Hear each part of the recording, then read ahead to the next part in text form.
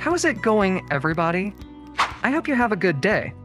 So today, we will do a real quick oil change light reset on a 2011 to 2016 Chrysler 200. It's a pretty easy job. I thought I would just put it on this video if anybody were wondering how to do that. So let me teach you right now. In this section, I will teach you how to reset the oil life using the gas pedal.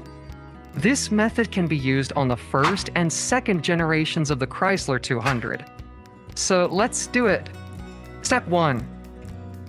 Turn the ignition switch to the run position or press the start button twice without depressing the brake pedal. Step 2. Then press the gas pedal to the floor and release it 3 times within 10 seconds so that it will reset the oil life. Once you're done, you can turn off the ignition and then start the engine to verify the indicator has been reset. If it is not reset, you can repeat it or try the second method.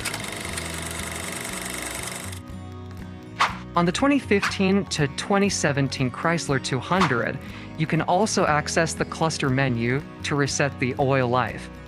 We'll use the directional pad on the left of the steering wheel to do it. So let's see how it's done. Step 1. Press the start button twice without depressing the brake pedal. Step 2. Then you're gonna want to go up or down to be in the vehicle info menu. Step 3. Scroll over with the left or right button until you get to the oil life screen. Step 4. Hold down the OK button until you get 100% and you're done. So that's how easy it is to reset the oil light. Everything looks good, so now you're ready to go. I hope that helps you out.